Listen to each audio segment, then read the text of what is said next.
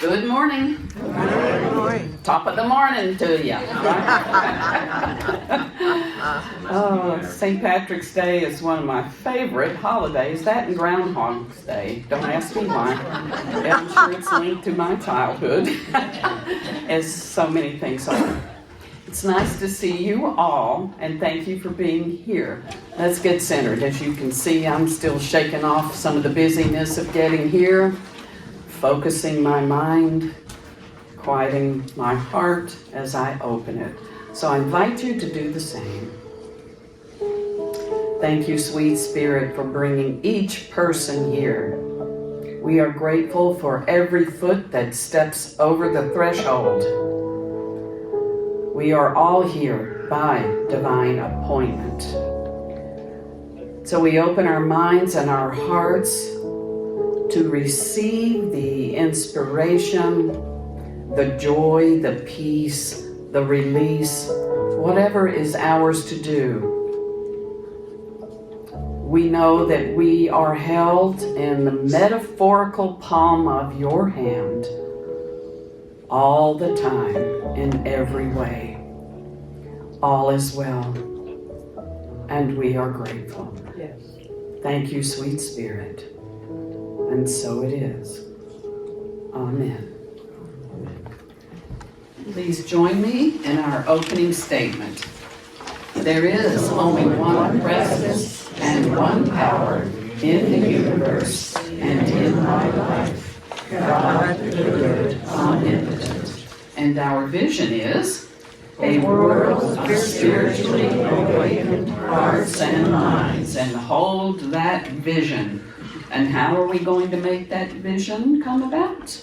We We are creating a joyful community on a spiritual pathway to peace and love through fellowship, classes, music, and services. And so it is. And now we have the daily word, which is where we shift from this rational mind and begin to go deeper. Namaste. I welcome the light.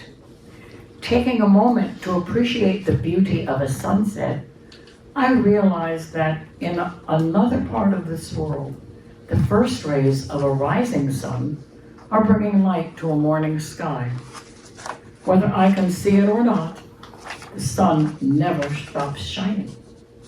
Somewhere a new day is dawning.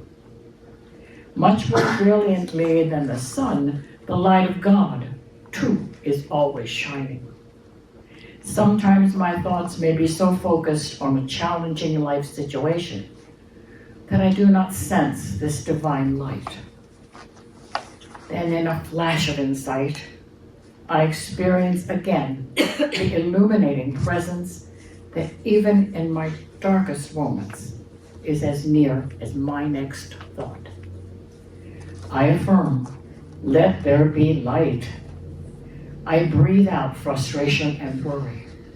Breathing in, I am filled with the light of truth that illuminates my mind and shines from within my heart.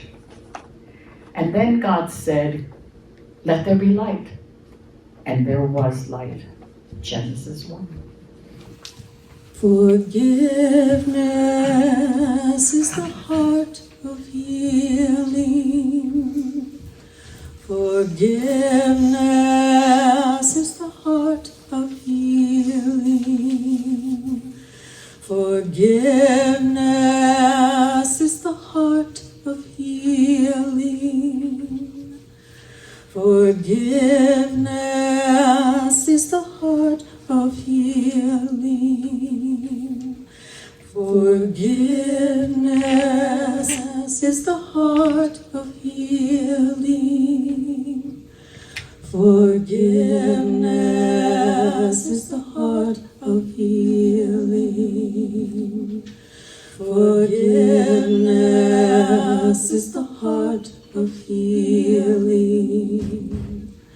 is the heart of healing. Forgiveness is the heart of healing. Forgiveness is the heart of healing. Forgiveness is the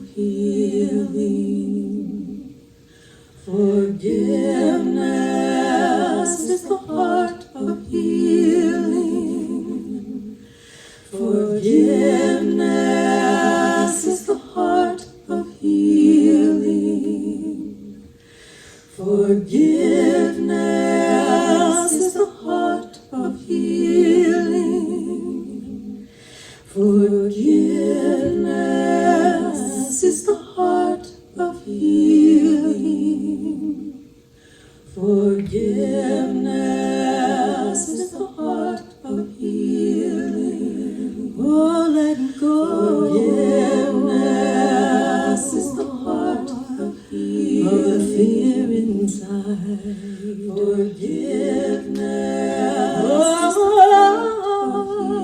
let go. Forgiveness is the heart inside. Forgiveness. Let go. Forgiveness. All the fear inside. Let go. Forgiveness is the heart of healing. Let go. Let go. Forgiveness of the fear inside.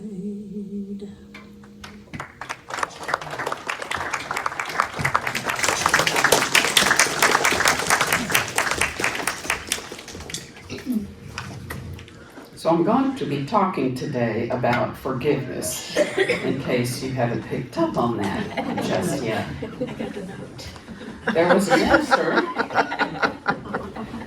minister who was passionate about forgiveness, preached it all the time. So one Sunday morning, he's up there, and he gives a rousing, spurring talk. And at the end of it, he says, how many are willing to forgive right now?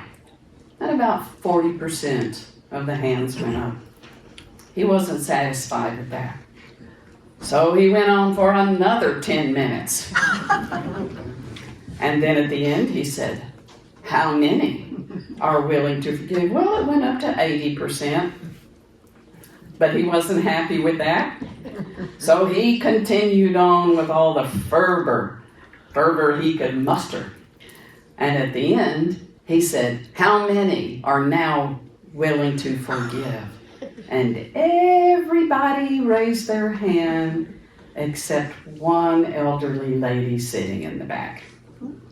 So he said to her, Sister Myrtle, are you not ready to forgive? And she said, I don't have anybody to forgive. And he said, you're 97 years old and you don't have one person to forgive? And she said, that's correct. And he said, come up here and tell everyone how that is possible for you. So she comes up the aisle, stands up, turns around and says to everybody, well, it's just simple. I outlived all those scum-sucking no good.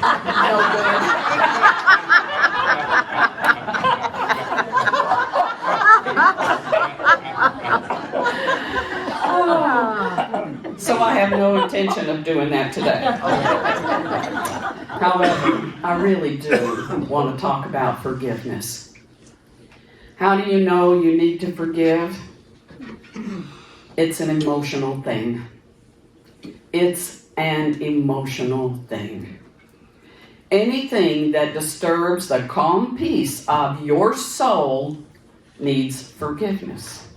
Whether it's another person, yourself, or any judgment you make. You know, the teaching is use righteous judgment. What is righteous judgment? It is spiritually based judgment. There are a lot of myths about forgiveness, misunderstandings. I think one of the misunderstandings is we think when we forgive that we're going to be happy and carefree, that we're not going to feel the pain anymore, that we're not going to wallow in it. That's true. But it may take a while to heal your heart. What is forgiveness? What causes the need for forgiveness? One is our judgments. If we don't judge what other people are doing as good or bad or should or shouldn't, if onlys, if we didn't judge, there would be less need for forgiveness. This is one of the primary teachings of all enlightened people. Let it go, let it go, let it go. They're the little things. I forgive myself for having to go back home and get my cell phone this morning. I mean, it's just a joke. And now I walk in the door, why'd you forget? I forgive myself for that. And then there are the deep betrayals. As I said last Sunday, as I was going through the Lord's Prayer, forgiveness. Forgiveness is all about betrayal of some kind. Betrayal of trust, betrayal of confidentiality, betrayal of my own values when I do something that I know I wish I hadn't. I have to forgive myself.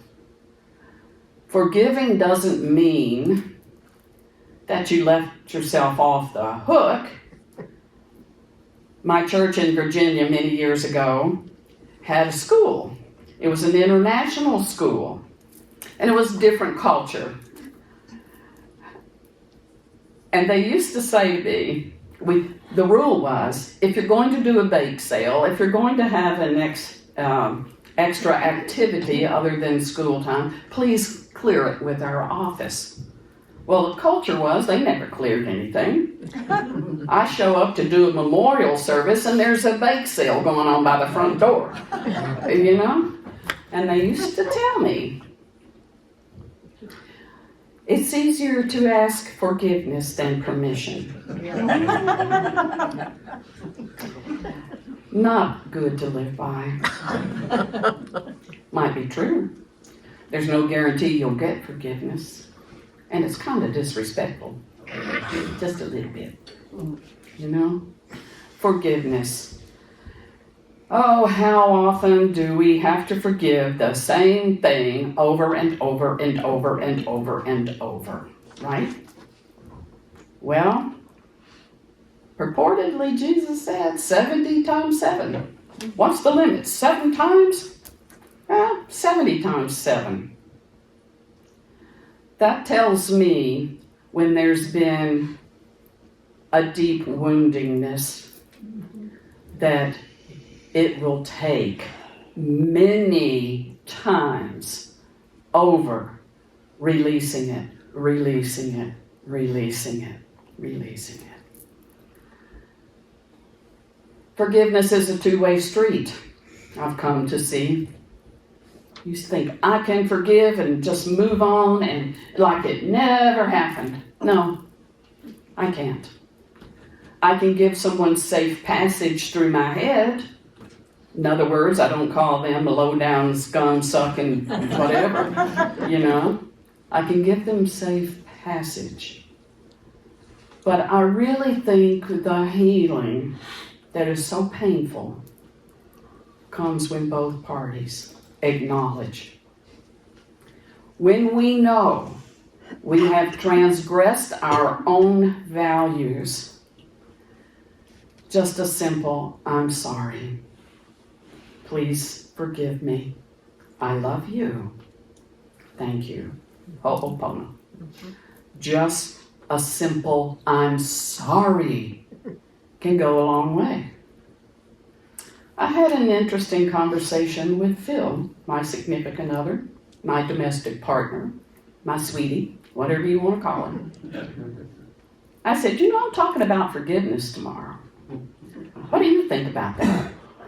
And he's got a slew of forgiving, right? And don't we all? And I said, just because you forgive somebody doesn't mean you enter into a relationship with them again. And he said to me, you've got to give them a second chance if they apologize. Whoa. Just when I thought I had it figured out. To let go, move on, don't look back. I've got some work to do. I've got some healing work to do. When somebody reaches out, and they may not say, I'm sorry, please forgive me. They may not use those words. But when they reach out after a long period of time, and they say, I love you and I miss you, that's an apology. And I can just say, yeah, that's all good. Wish you well, Merry Christmas, goodbye. You know? I've got to look at my own behavior. It's a twosome. A healing occurs when the transgression is acknowledged and two people have a part in it. Two people. It takes a lot of introspection to really forgive on a deep level. That means giving up your guilt, giving up your pain, giving up your sob story, giving it all up. Just give it up. and become aware of the present moment. Bring yourself back to here and accept your blessings. You know, forgiving others, that's what we often think is the big deal, but forgiving ourselves is super hard because we know better, right? I'll share a story with you that I've probably shared before, but some of you haven't heard it. When I was a child, my grandfather was my caregiver. And I adored him. He was so gentle. I've got stories out the wazoo. I could talk about him and his character. But when I would get up from my nap, I'd sit on his lap and he would read the Bible to me. See, it comes from a very early grounding. Later on, he developed dementia. And he would walk around the house going, "Where's my hammer? I have to go to work." And he had been on disability for many, many, many years. So the family contacted a psychiatrist, and he came to the house to do an evaluation. And he sat the family down, and he said, "He's only doing this to get attention." I kid you not. That's what he said. So just ignore him. Just ignore him. So those instructions were passed on to me. Just ignore him. The time came when I was upstairs in my aunt's bedroom with my transistor radio, listening to the top 10. And he came out of the bathroom, which was off the landing, and he couldn't get his pants up. He needed some help. So he's shuffling along with his pants down, and he says, "Donna, I need some help." I ignored him. "Donna," and he shuffled closer to the bedroom, and I was on my aunt's bed in the corner, curled up in a fetal position, trying to be just so small that if he looked in, he didn't see me, right? I didn't help him. I did not help him. And he shuffled on into his bedroom and somehow got his pants up and on. I carried that with me until I was in ministerial school.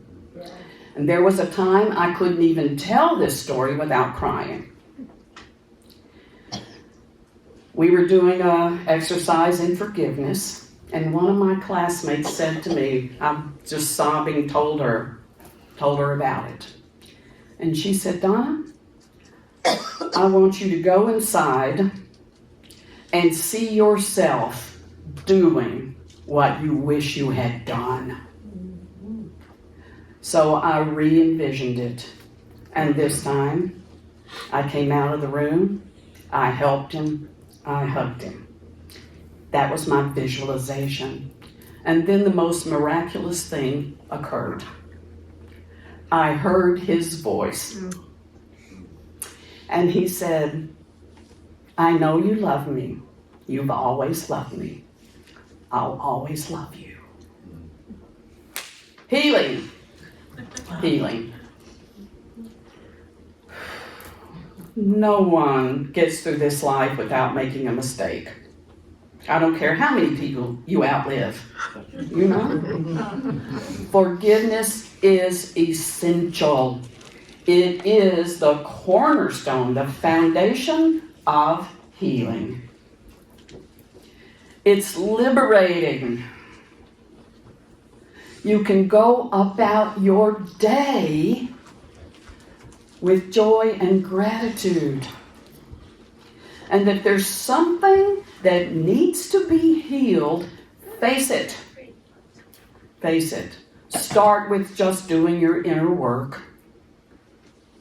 Maybe reach out if there's an amends you need, or accept an apology if one is extended to you. And don't hold your breath.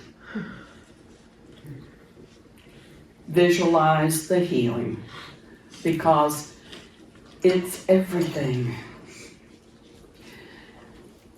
What causes separation? Judgment. What causes pain and unhappiness? Unforgiveness. It's just that simple. It's just that simple.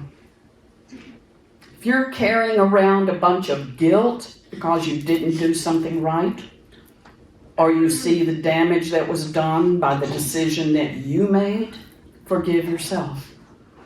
We're all in this soup together. We're all in it together. And we are learning and evolving if we are willing. So what am I going to forgive? My opinionation, my opinions. What am I going to forgive? The betrayals that I have felt, knowing that it was not intentional.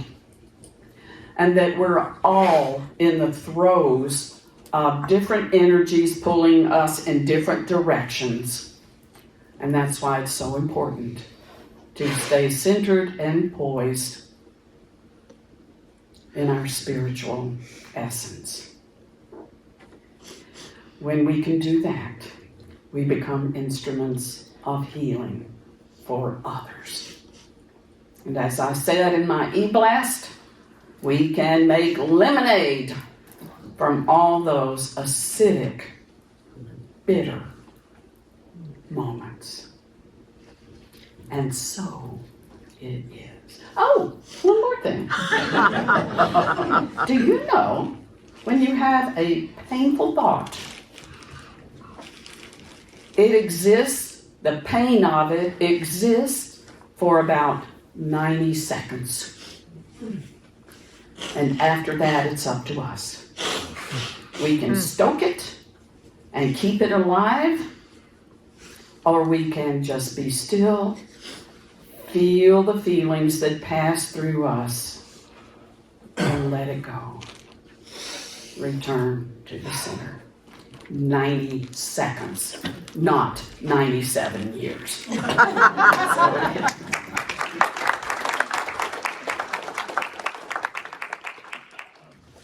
It's time now to bless our offering.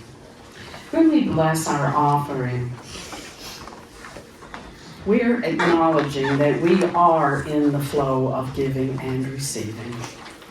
As we give, we receive. And the most important thing about that statement is the word as. The consciousness with which you give is your true gift. So hold your gift in your hand, visualize it in your mind if you give in other ways.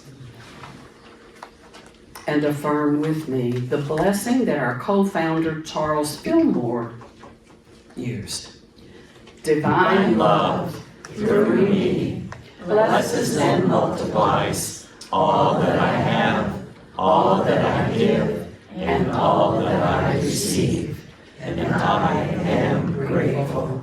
And so it is.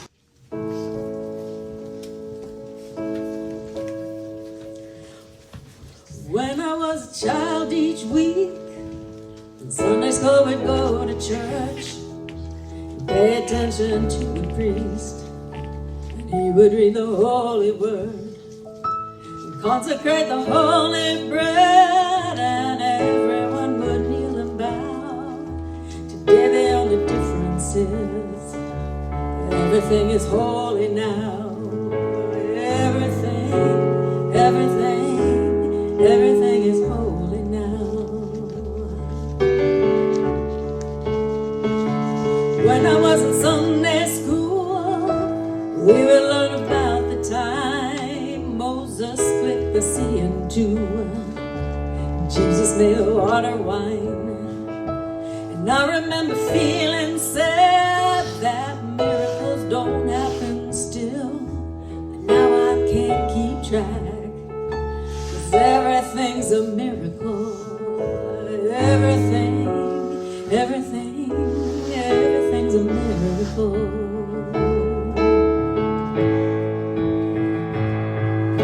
And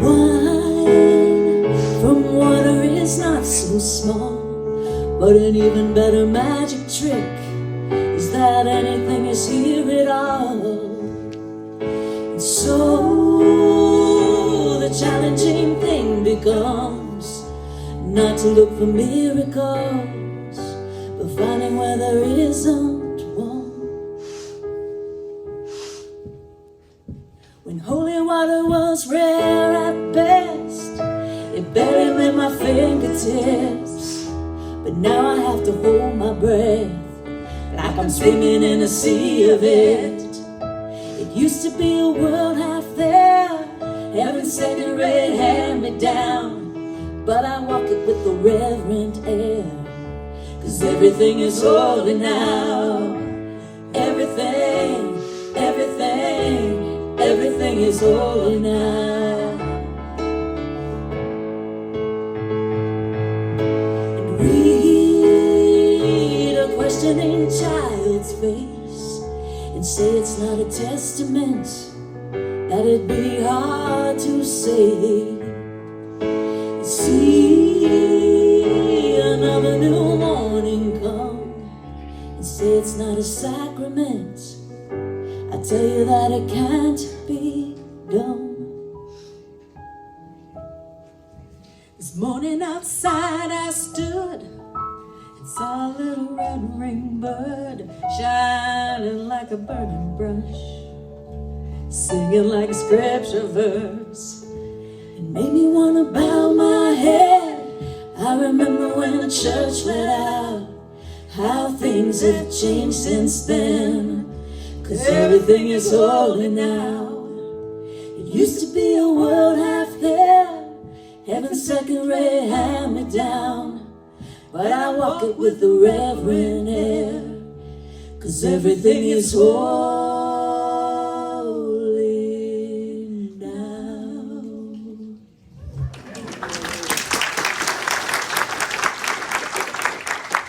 Beautiful arrangement. A beautiful song, too. Okay. It's time to close this part of our service. Let us affirm our prayer for protection. The light of God surrounds us. The love of God enfolds us. The power of God protects us. And the presence of God watches over us. For wherever we are, God is, and all is well.